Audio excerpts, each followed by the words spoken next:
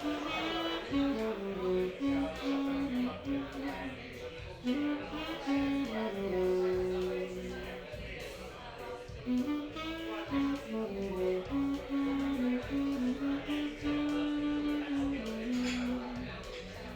Paul Adams from Branston. I've had an interesting morning. I got stuck in traffic, and as I was saying to a couple of you, I don't know why when you're stuck in traffic you get stressed about it, because there's absolutely nothing you can do about it. So I need to say thank you to Martin, who was playing the saxophone, who's gone hidden in the corner somewhere. Yes, he's gone into serious hiding. He's back here. Thank you, Martin. Stuff in your face. Thank you for that. Thank you to New Dawn Pubs. You'll notice a sort of dearth of representatives from New Dawn Pubs. They're doing a charity walk around the Isle of Wight and are probably enjoying the weather at the moment. Yes. We've got Tom from Phyllis Tuckwell to speak at the end. My colleague Dan is behind Simon. Simon's doing the video. And we have two guests, commonly known as victims today. Would you like to introduce yourselves? Yeah, my name's Stephen Kerr. I'm from Kerr & Watson, working with Dan. So we're mortgage and insurance brokers. Here to apparently answer some questions and talk a little bit about our backgrounds and what we offer. Yeah, and Daniel Watson, Kerr Watson. Fantastic, nice and brief. I suppose the moment has come where we do some sensible questions. And mortgage rates and mortgages at the moment. Not a day goes by where I don't seem to be doing some planning to somebody of various nature as to when they're going to repay their mortgage and refer people to you to find a better rate. What should we be doing? It's a nice question. Yeah, it is interesting. I think the mortgage market has gone crazy since September last year. Interest rates rocketing. Obviously the Bank of England putting that base rate up, we've seen inflation figures really high, and lots of people very nervous and concerned about their own mortgage. First time buyers, is it now the right time to get on the ladder? So yeah, there's some real challenges around the rise of interest rates, and I think really from our point of view it should be speaking to someone that can give you the confidence around what is happening, what is achievable for you, and reviewing the whole market that's out there.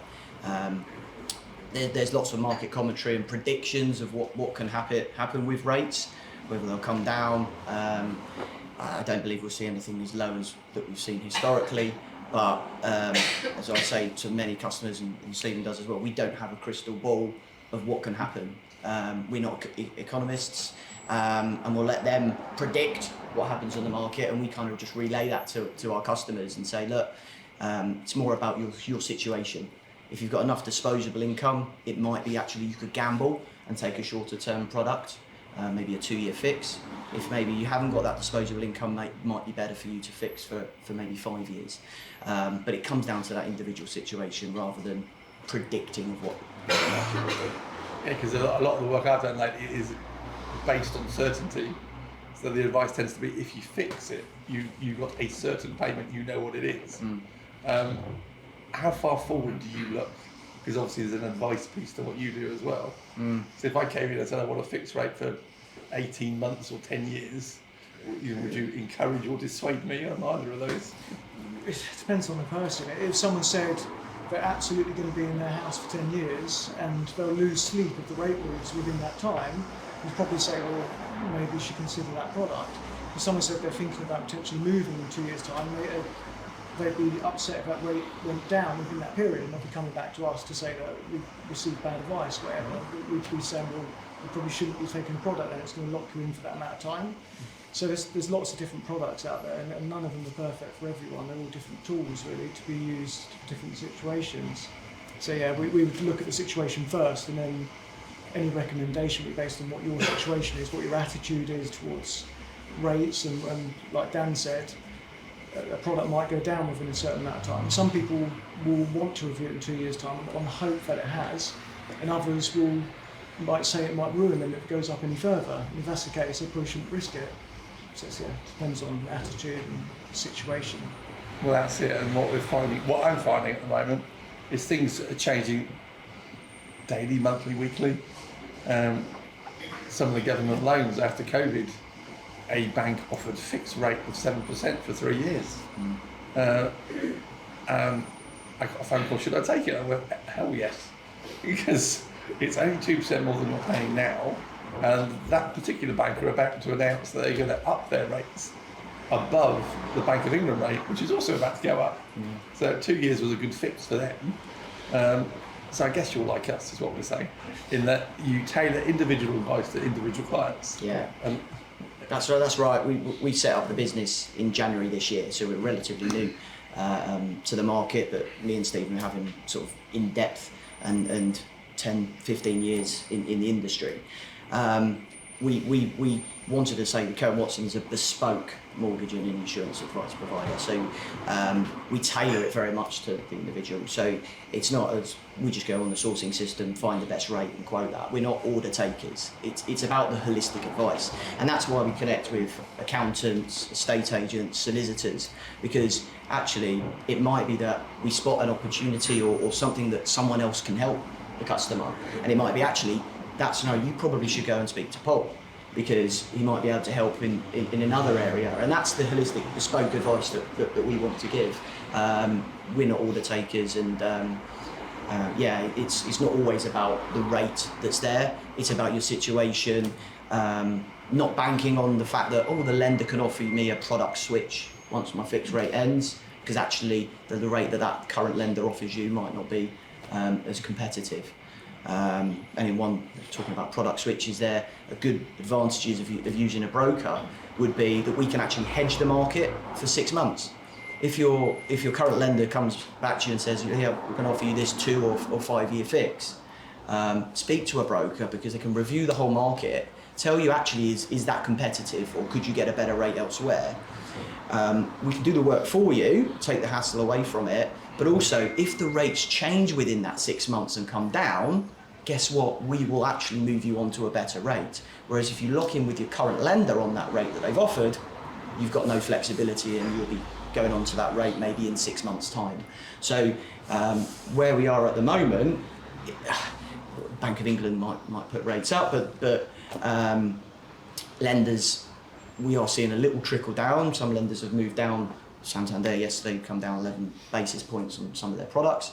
So who knows where we are? Are we at the top? Are we going to level out? But I think by speaking to a broker, it's actually understanding the market and making a bit, hedging it as well. Okay, let's work backwards. So how do you two know each other? Because obviously you know... Everyone asks that, don't they? Yeah. I've worked as a broker for a decade. Dan's been at various lenders, so Dan was a business development manager that would come in and help us as brokers with regards to placing cases and talking about criteria and things like that.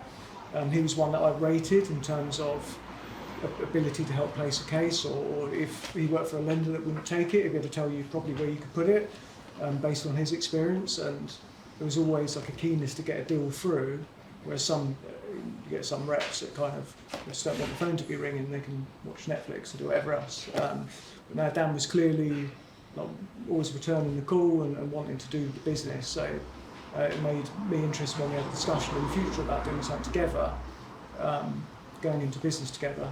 We've lived locally and known each other for probably 5 to 6 years. That's how that one came about. Yeah, so Stephen being a broker for 10 years, I've worked with 3 specialist mortgage lenders in the industry, so dealing with more complex cases, business development manager, national sales manager for those. And I covered the southeast region and had about 2,000 brokers that I looked after that would ring me with case inquiries, and I'd give them support and see if my lender was the solution for them. Basically, we went to a black tie dinner in London. I invited Stephen to the table as an award for the business and the relationship that we had. We had a few drinks and then got talking really. And then off the back of that, it was, well, where do you want to go? Stephen mentioned, yes, I want to maybe create my own business. For myself, I was like, that sounds great, but I haven't been a broker. And Stephen was like, well, I want to know more about the lender side and actually more marketing and sales.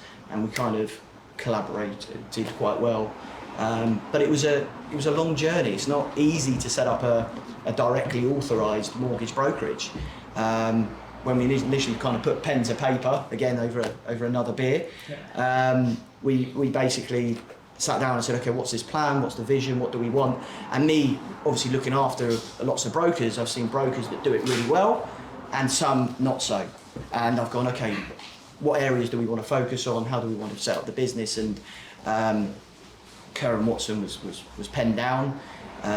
Strategy then was, okay, how do we get directly authorised? Because actually about 50% of mortgage brokers in the industry are appointed representatives, which means they're actually trading under another name, and all the compliance lenders that they have access to are... Well, it might not be access to all the lenders. Absolutely. As you were talking about whole of market, if you're appointed representative, or occasionally you come across Tide, you don't get whole of market, you only get the products they can sell. Yeah. And I would always say, speak to somebody who's got whole of market. Okay. But that would have been the quick and easy route, and we could have set the business up in probably a couple of months. But we thought, no, we want to do it properly. So we got our FCA application in. It sat on the desk in the office at the FCA for 6 months before they reviewed it. And then a month, which I think is actually pretty good for them, reviewed a business proposal, credentials, bank balance, everything to kind of make sure we can set up the business, and was approved just to launch in mid-January this year. And then really it's been guns blazing. Stephen, his previous brokerage, had good relationships, high net worth clients, and been able to take some of those clients across and look after those. So it wasn't a standing start. And then it's about kind of building those relationships with professionals in the industry that can kind of help our business, but also the clients that we deal with. We can obviously give that holistic advice and recommend those other professionals in the industry.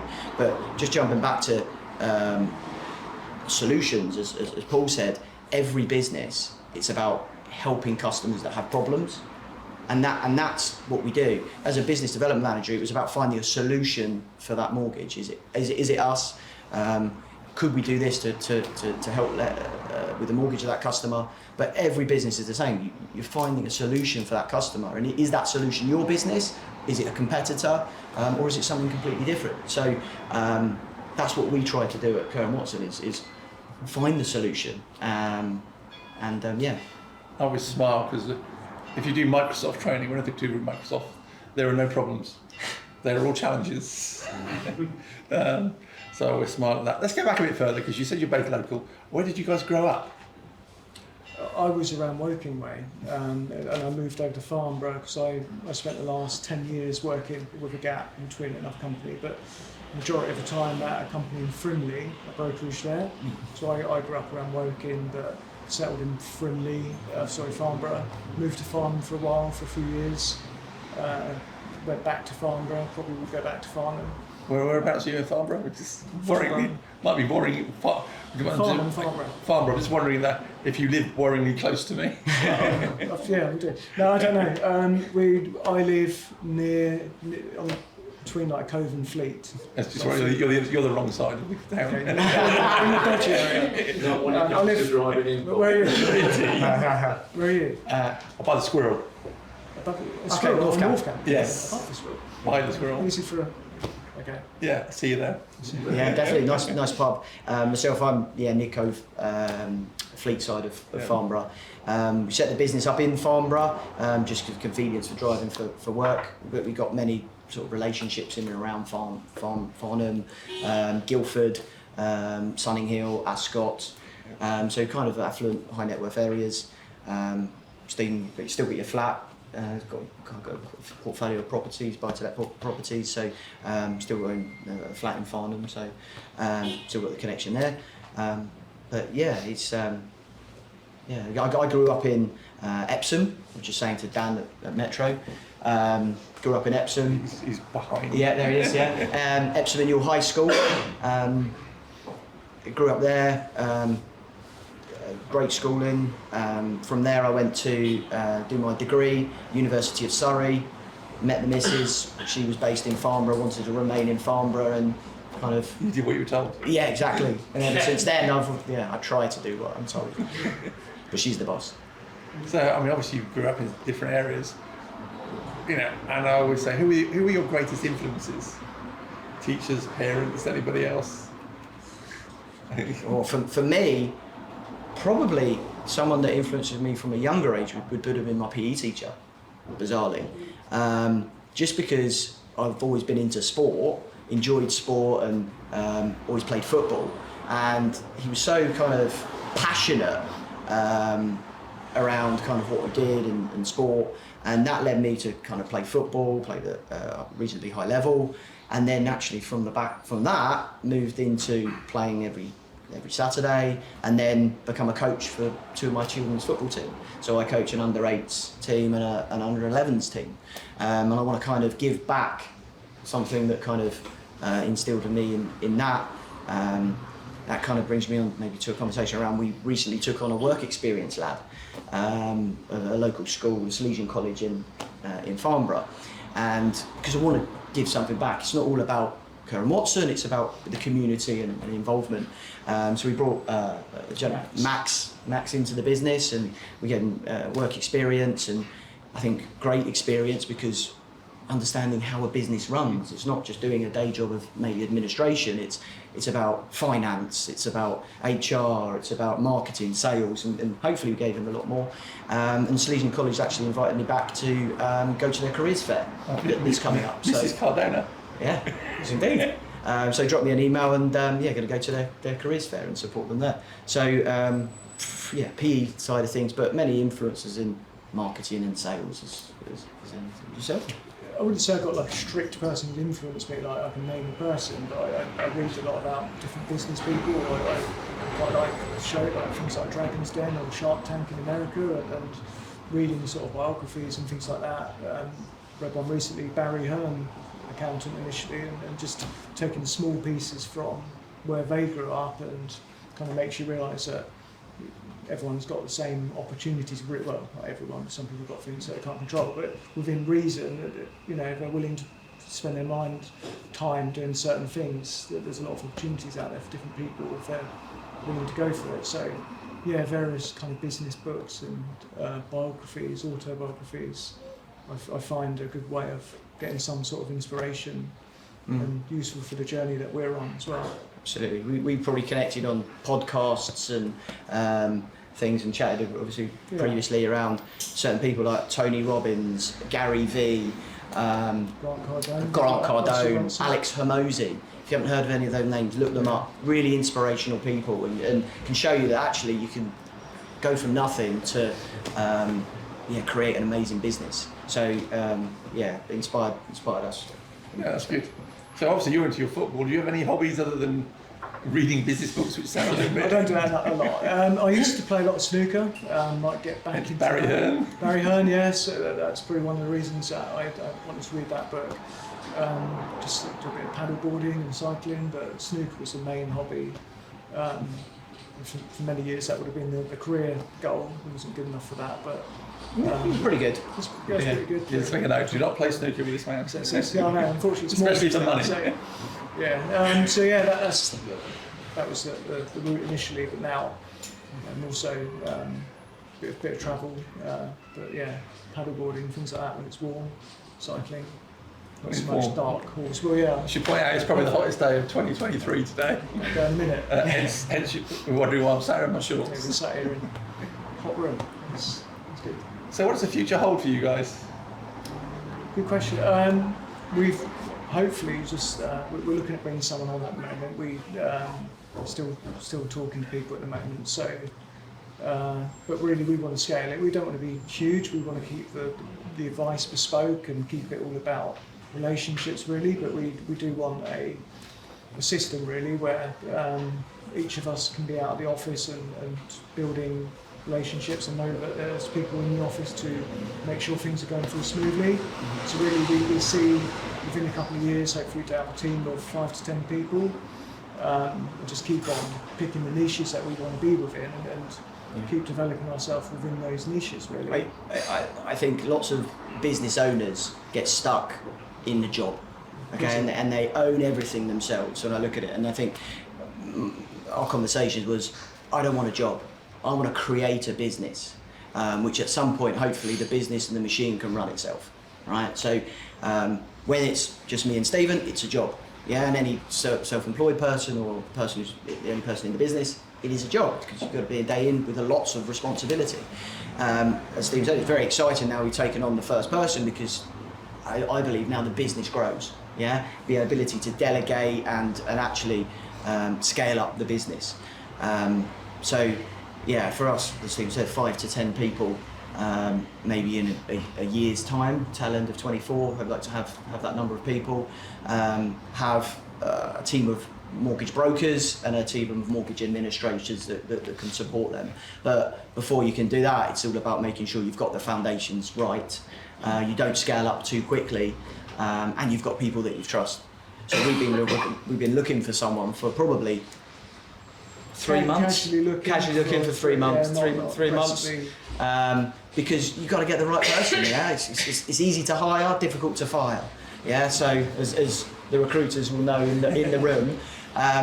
But we think now we found the right person, and they're someone hopefully that can grow with the business, and will own it. Yeah, take responsibility, and then that's how the business can grow. Fantastic. That's it. Has anybody got any questions for these two gentlemen? That's how we'll start with.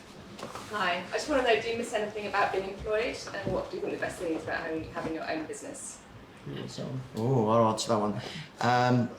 Do I miss being employed? So quite a lot of self-employed people say, oh, it's great, I've got lots of spare time being self-employed and my own boss. No, I don't see that. So in certain ways I miss being employed and having less stress, definitely. I miss probably the surety of the income, the pension, and the benefits of that. Obviously going self-employed, there is massive risks. But so being employed, I think now we are our own boss, we're the masters of our destiny, we can take the business wherever we want, but a lot sit on the shoulders. So yeah, it's a calculated risk, but I think what I miss from being employed is the easy life, being able to sleep at night and yeah, easy times. It's definitely more difficult, but hopefully as you build a business and you scale it and not just become a job, it then becomes easier later down the line and you build the asset from there. Of course it does, doesn't it, Paul? Having done what I've done for somewhere in excess of 30 years and advised lots of businesses, I would say the businesses that manage to go along the pathway you described without any dramas are few and far between. So build it one step at a time and try and, in biblical terms, try and build it on concrete and avoid the sand. Like rack? Yes. Don't start me on rack, because I was, in fact, they started breaking it this morning. Farnborough College of Technology, I was there when they built some of it, because I am that old, and they used rack. So we're waiting to see just what the damage is there. And Frimley Park Hospital, and this is in the news this morning, so I can tell you this, I've got an emergency evacuation plan, just in case some of their rack fail. Anyway, that's not what we're here to talk about. On that note. Steve, did you have a question? Having worked in marketing and financial services for 24 years, one of the things I'm interested to see your point of view on this. Do you think there is still a large degree of misunderstanding and ignorance about the difference between an independent advisor and an appointed? Yes. There is some really good networks that are out there, so there are good brokers under appointed reps. So I think the key thinking comes in under being independent and being whole of market.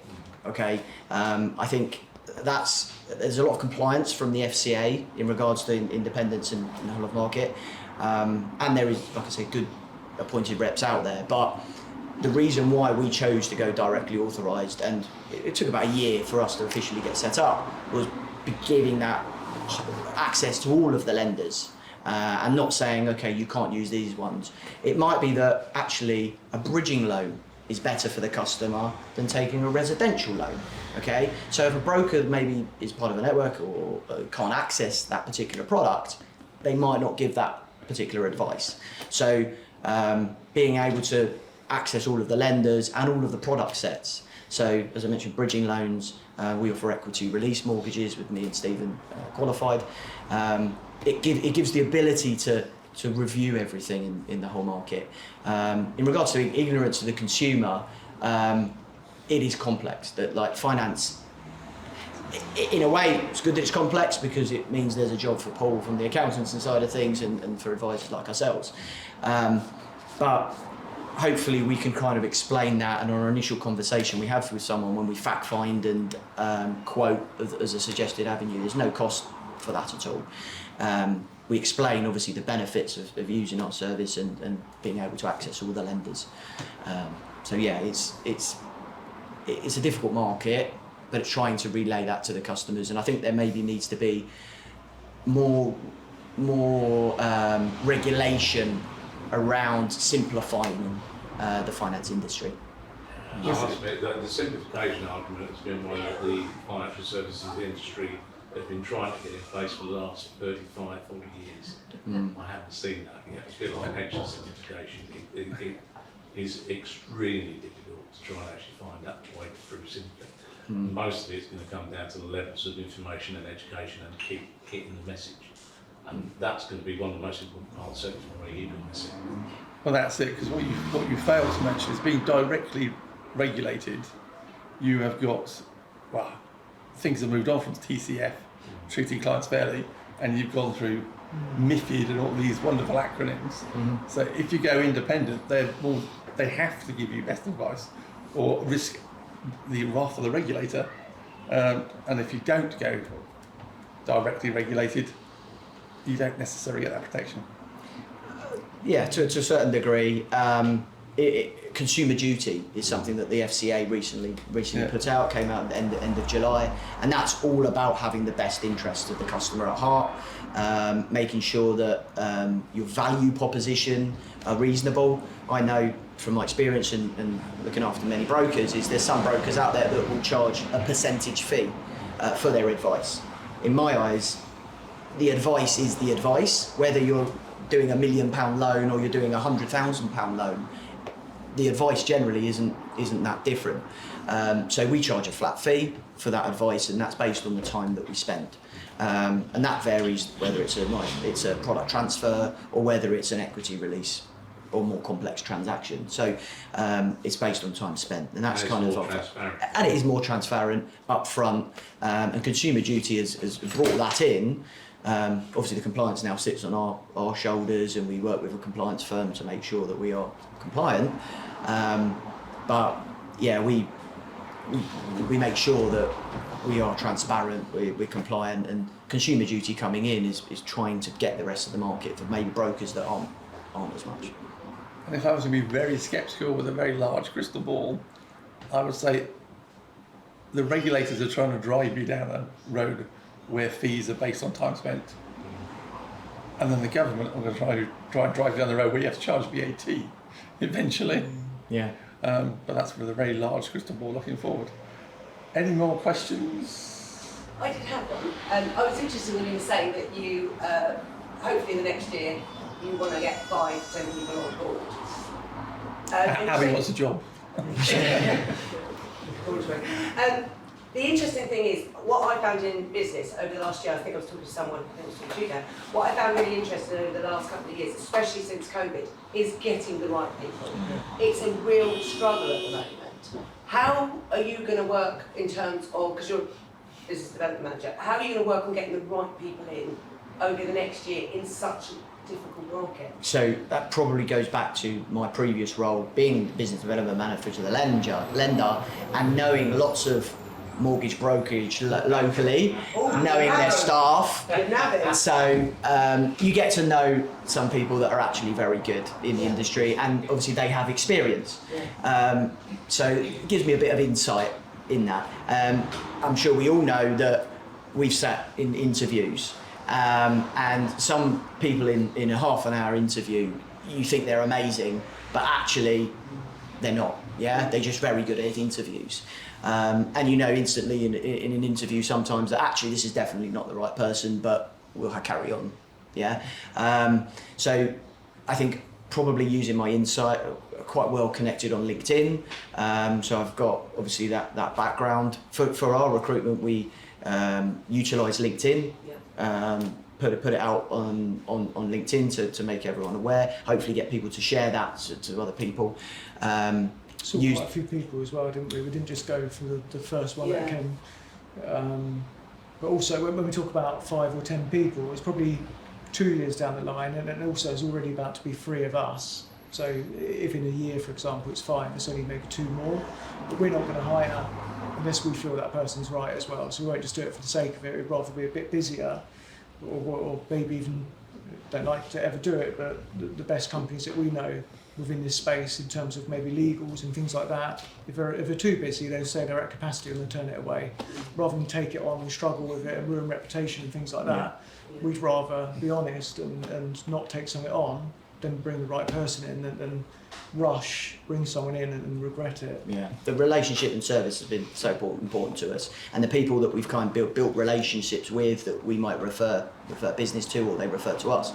We kind of had an ethos when we built the businesses. We'd only work with people that we met, we seen face to face, seen the whites of their eyes, and actually build a rapport and relationship that I could pick up the phone and say, hey, I've passed this customer, they're complaining, they're not happy. I can speak to them, and would we personally work with that person or that business? So the service, the relationship, and getting the right person is very, very important to us. Yeah. So to follow on from that, you were saying that you're working with, or you want to get into with estate agents and things like that. What is your ideal client? Who are the people as a business development that you're looking to target to grow the business? From a marketing perspective, I think I really value relationships, and when you see someone or you get a recommendation for someone, you almost trust the person that you've been referred to because you know that they've done a good job. You really trust the person who's referred. So I think referrals and recommendations should be massive to anyone's business, okay? Because they're someone that's going to stick, okay? Lots of marketing agencies will say, oh, you've got to do Google and you've got to do advertising on Google. The problem with that is they're by flight, right? They click on there and they've probably tested 10 other companies, and actually, are they going to stick? And it's down to you, obviously, then sales call to try and make that happen. So I wanted to ensure that we build those relationships first, establish those relationships, and that's the foundation of a business that grows. We launched mid-January, and we focused on reviews as well as another trust badge to the business. If I'm sure you guys, the first thing before you do business with someone that you've never dealt with is, what is everyone else saying? Yeah. So Google reviews, we've got 50 Google reviews, I think, since we've launched. Yeah, because everyone we spoke to, we've just said, look, it's important to our business. Would you mind leaving a Google review? And now we're seeing people come to us and saying, I've read your reviews. I see that obviously you're not a big production line business, and the feedback and the comments on the reviews are, I want to work with you. So kind of building that around relationships, and the reviews probably as a trust badge, and then maybe move to more advertising and marketing as ancillary, because you need to grow. I was asking because there's obviously businesses in the room. So I deal with a lot of properties, I deal with a lot of estate agents and stuff like that. I'm saying to you, what as a business in the room, what can we do to bring business to you? Ideal client. Your ideal client. It's So hard. if we can get into our contacts, yeah. It is very hard. Although in the past, say for example, I've done a lot with high net worth people with complicated limited companies and things like that. So that's fine, as long as it fits somewhere, we can generally do it. I'm talking to Dan earlier on about some lenders are very good with company directors and some are terrible. Some will work off just what someone's taken in dividends and ignore the fact they might have made £1 million profit and left it all in the company because they wanted to. They could have taken loads more, but they didn't. There's some companies that will see them as not earning very well. Some lenders will consider them not earning very well and don't want to offer them a lot. And there's some lenders that are brilliant at it and offer them probably 5 times as much. So that's a bit of a niche of ours.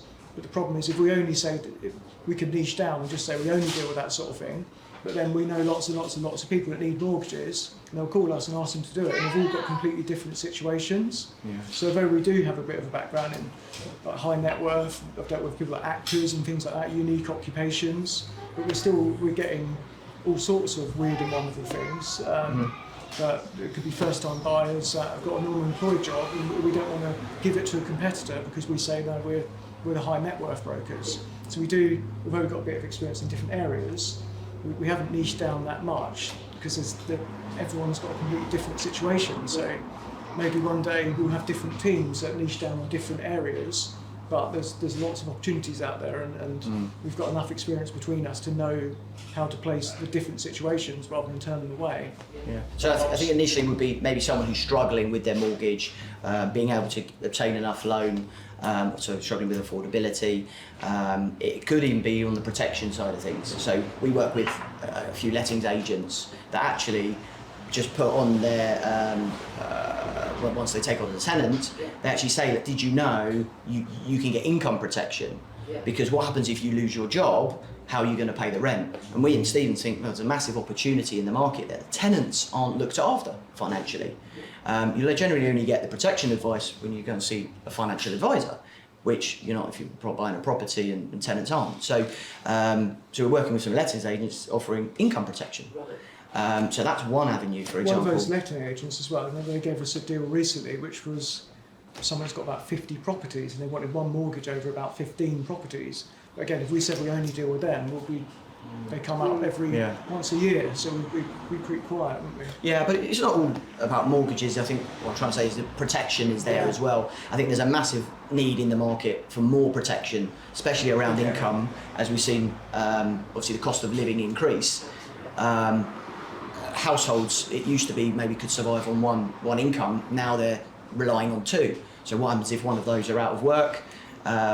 So you look at maybe a deferred period if they're employed after 3 months, the income policy complete. Stephen's had a customer that's been getting £100,000 per annum, and will get it probably for a decade of just an insurance 10 years. policy because you can't work any longer. Because you can't work anymore. So again, we want to do more of that because there's a huge opportunity there. It's working with accountants because we think there's a big gap in the market for limited company directors for life insurance that they can put through the business.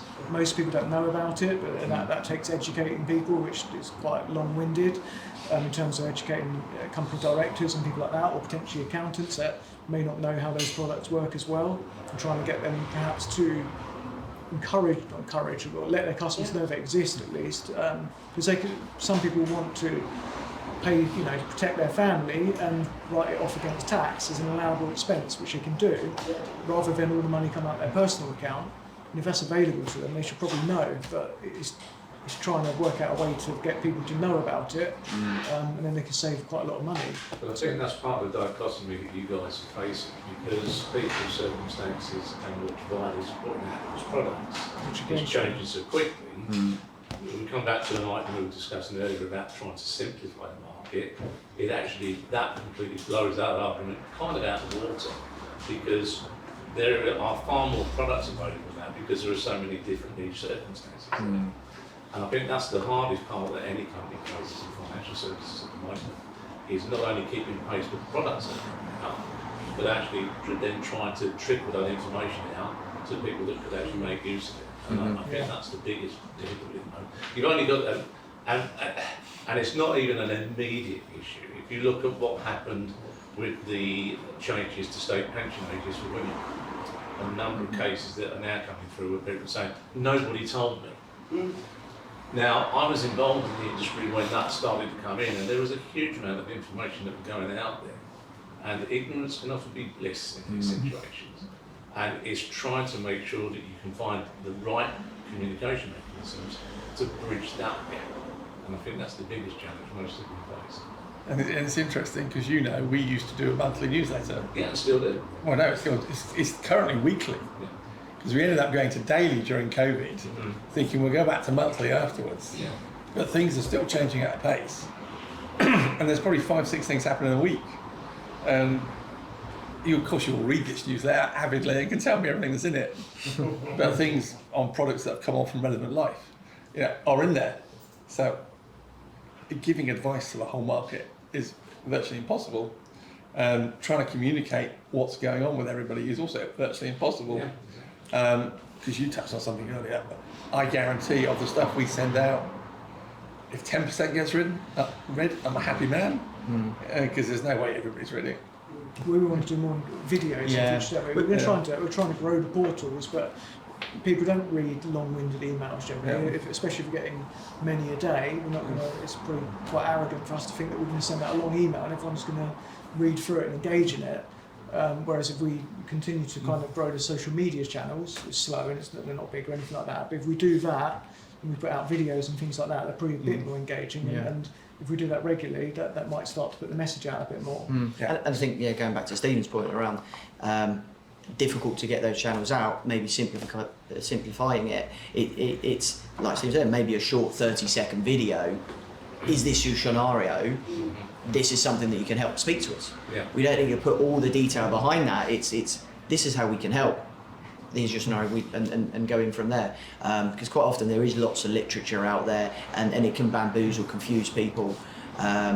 Many people say, oh God, I've got all these documents from the lender, and then that's our job, is to hold their hand through the process and make it easier, and that's one of the benefits, I think, of using I think Paul's point about changing from monthly to weekly newsletter probably makes the point quite sort of strategic from the point of view that people tend to you have a newsletter that is 8 pages long, you're less likely to read it than if it's something that comes out weekly and it's only a couple of sides. And I think it's that snippet element, and that's really where social media can help industries like yours, because you can put out those sound bites to actually, okay, I can connect with that, I can see how that might help.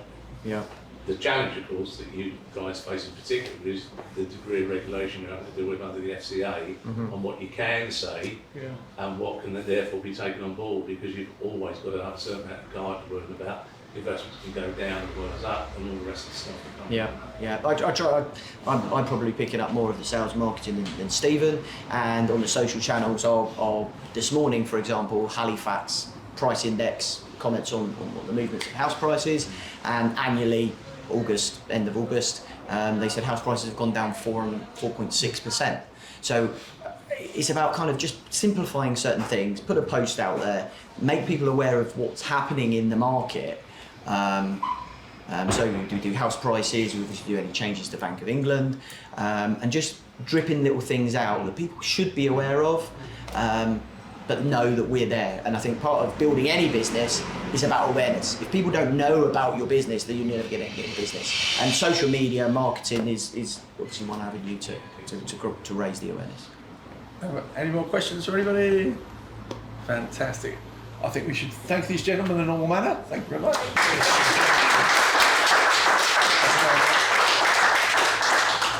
Come on, Tom. So thank you all again so much for coming down and helping us out as well. I've got a bit of an update on what's going on with the hospice. I've spoken to some of you here today, but over the last weekend, we moved the inpatient unit from the hospice. So we managed to move it. So for those of you who don't know, we were taking over a wing of a care home in Camberley. And we had 9 patients over the weekend that we had to move, and everything went perfectly without hitch, so that was really fantastic. So from now at the moment, everything has been moved out of the hospice entirely, ready for the rebuild project. If anyone does have any time, this is my only ask at the moment, over today, tomorrow or the weekend, we are trying to get the last bits out of the hospice in terms of furniture and stuff like that. So a load of staff are putting loads of time into it and working over the weekend to try and do that. If anyone in the room does have time and wants to help out with fix some stuff and trying to provide, please do let me know, because I can get you in touch with the right people to do that. So that would be fantastic. If anyone has any other questions about what's going on at the moment with the rebuild project, or in terms of other fundraising activities we've got, get in touch and let me know. And then, the last thing, the car show I've been telling you about for ages went fantastically. Everyone, the one we can have tickets for? The one you can have tickets for. But the good news is, we're hoping to do it again next year, because it went so well for us, so get tickets. Yeah.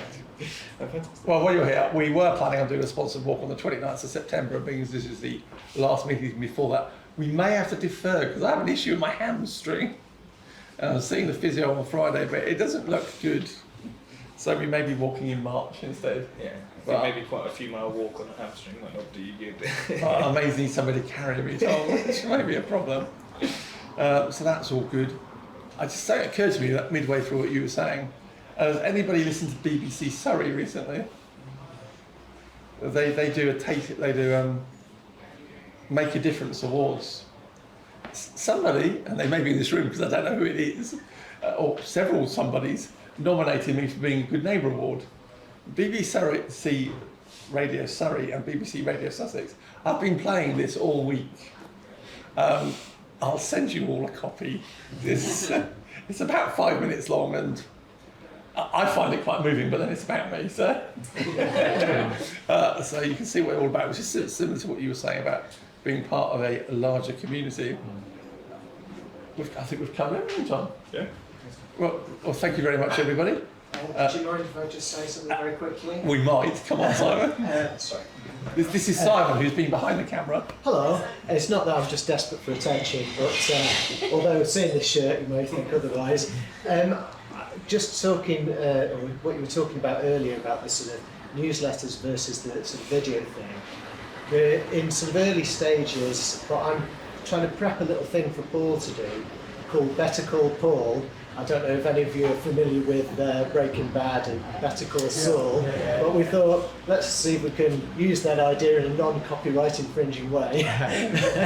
Just to do something similar where we maybe have like some little 30-second videos of just issues that sort of pop up frequently, or just a general kind of idea. Let's say, for example, you've got a business idea where you think, can I pay for a vehicle with my work? Is that something I could do? Or other things like that, or whatever it might be that you think it's probably a stupid question, but you'd still like to ask it. Then it'd be good if you emailed just some bits and bobs in. Once we get it rolling, it'll be an easier sort of thing to do. But we're always going to be looking for ideas. It'll only be a general overview, something that only lasts 30 seconds, that kind of thing.